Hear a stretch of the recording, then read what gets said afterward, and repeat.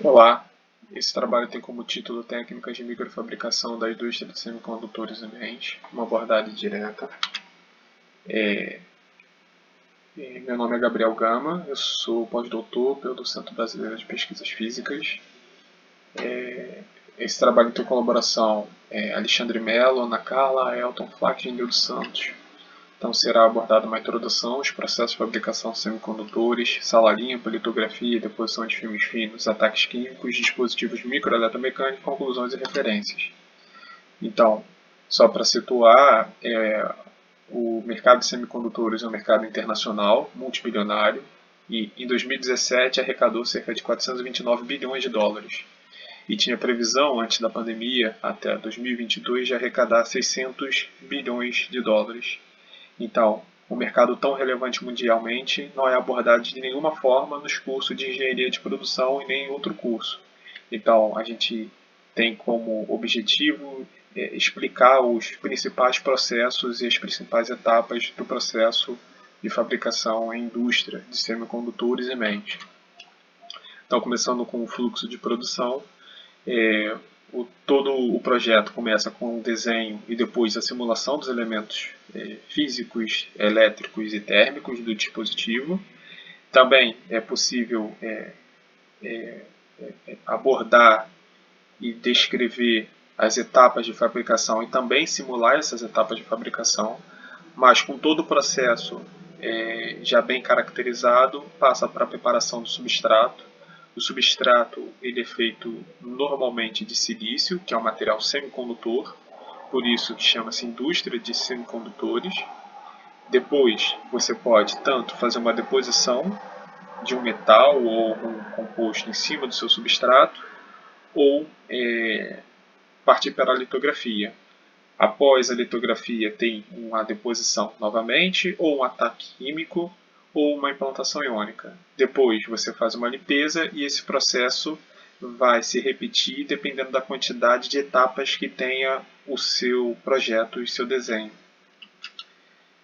Então, esses dispositivos eles são muito pequenos, então para a gente ter uma ideia, eles são às vezes 10 ou 20 vezes menor do que o diâmetro de um fio de cabelo, né? Imaginando um fio de cabelo um diâmetro mais ou menos de 100, 150 micrômetros. Então, existe a necessidade de ter salas chamadas sala limpa, né? Que são ambientes muito bem controlados, onde eu tenho controle da poeira, da temperatura, da umidade, pressão, vibração e dos gases tóxicos que estão lá dentro. Então, boa parte do investimento na indústria de semicondutores está na construção desse tipo de ambiente.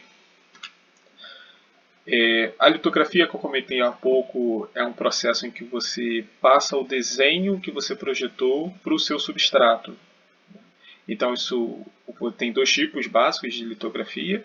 A primeira é a litografia de feixes paralelos, em que você faz um desenho numa lâmina de quartzo e coloca essa lâmina no equipamento que vai fazer uma iluminação de feixes paralelos de luz ultravioleta e esse desenho ele é passado por um resist, que é um material polimérico fotossensível, e as regiões iluminadas vão ser moldadas conforme o seu desenho na máscara de quartzo. Então, se o resist é positivo, você tem uma transferência direta do seu desenho para essa máscara, e se o seu resist é negativo, você tem uma transferência invertida do seu desenho original. Outro tipo de desenho de técnica muito utilizada é a escrita de laser direto, onde eu tenho um computador que vai controlar o laser e a plataforma que se movimenta nas direções X e Y.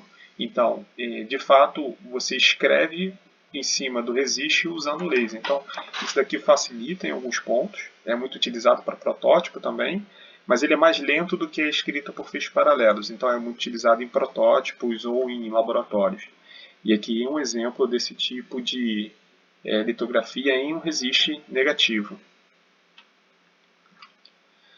Tá? E quando nós queremos depositar, nós normalmente utilizamos duas técnicas de deposição.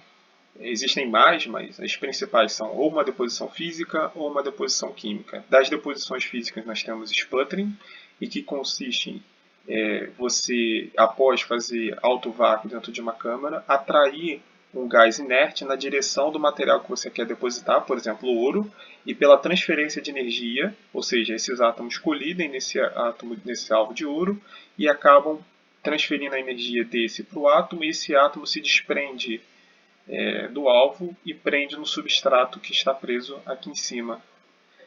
Então, é um processo onde a deposição ela é bem lenta, mas por causa disso você tem um autocontrole da espessura do filme que você quer depositar. Outro tipo de deposição é a deposição química, ou LPCVD, em que você também faz vácuo na câmara, aplica um gás que é ativado ou ionizado usando ou energia térmica ou radiofrequência, e você consegue fazer com que o gás que entrou parte desses íons se depositem sobre uma série de substratos. Então aqui uma primeira vantagem é que você consegue trabalhar com vários substratos ao mesmo tempo, e os rejeitos saem na exaustão. Então é um tipo de técnica muito utilizado para fazer produção em larga escala e deposição em larga escala.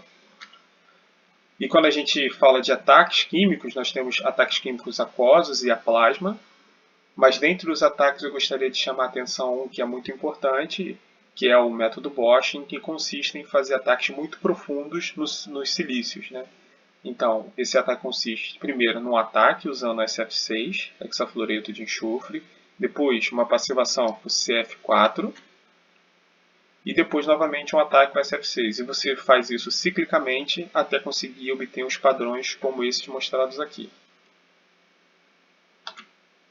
Então, os microdispositivos eletromecânicos ou MEMS estão muito presentes no nosso dia a dia. Por exemplo, os acelerômetros dos nossos celulares são os tipos de dispositivos microeletromecânicos. E aqui eu mostro um acelerômetro, uma micrografia de um acelerômetro de placas paralelas.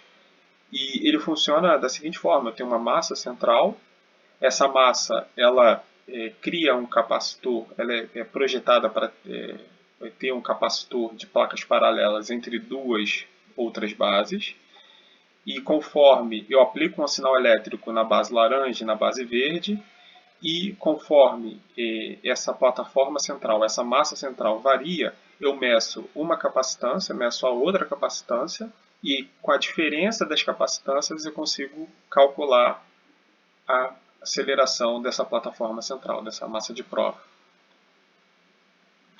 Então, o processo de fabricação ele consiste em, desse dispositivo, desse acelerômetro, um exemplo, consiste em depositar um óxido de silício por LPCVD, depois a aplicação de resiste, depois a litografia das bases do acelerômetro, depois ataque químico, uso do ácido fluorídrico para poder remover parte do óxido de silício, depois deposição de silício condutor por LPCVD. Observem que, como anteriormente foi feito um ataque até o silício semicondutor, o silício condutor consegue se ligar ao semicondutor. Depois a deposição de resiste, com a litografia da geometria do acelerômetro. Após isso, um ataque de método Bosch para poder fazer o desenho no silício semicondutor. Depois, para cortar o disco de silício em diversos dispositivos iguais, é feita uma litografia, uma deposição de resiste e litografia na parte de trás do substrato. Após isso, eu tenho um ataque de método Bosch no substrato semicondutor, eu removo o resiste e depois eu uso novamente um ataque de ácido fluorídrico para remover completamente o meu filme de óxido. Então, foi proposta uma revisão bem breve dos principais processos utilizados na indústria de MEMS semicondutores. Os processos mais comuns foram revisados: litografia, deposição física, deposição química e ataque químico. E como exemplo, uma etapa do processo de fabricação de acelerômetro foi mostrada. Então, algumas recomendações, as referências, e obrigado.